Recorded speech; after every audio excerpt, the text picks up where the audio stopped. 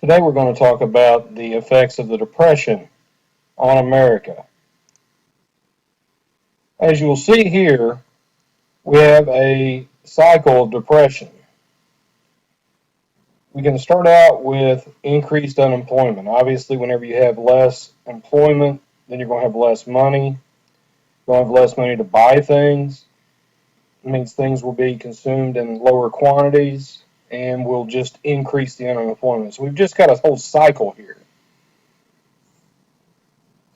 So share prices of stocks kept falling until November 1929.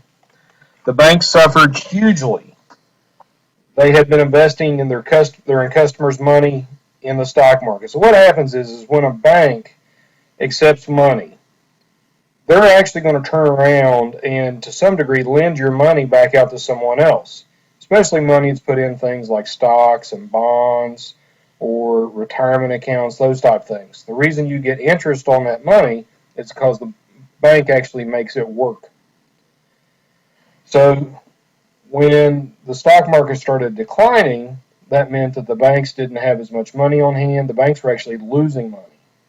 And this led to a panic. People ran to the banks to try to withdraw their money, and they were unable to get that money out. The banks ran out of money.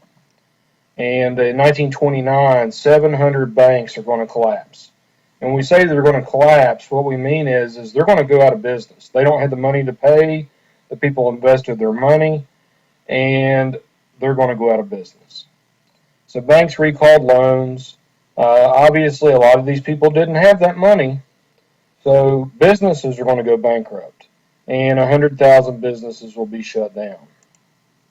On business and industry, many American businesses depended on their exports because people in Europe didn't have money either, and because of the high tariffs, the protective tariffs that we've talked about, the trade is going to be down. Foreign countries are going to be hit by the Depression, and by 1930, U.S. exports fell from 10 billion to 3 billion.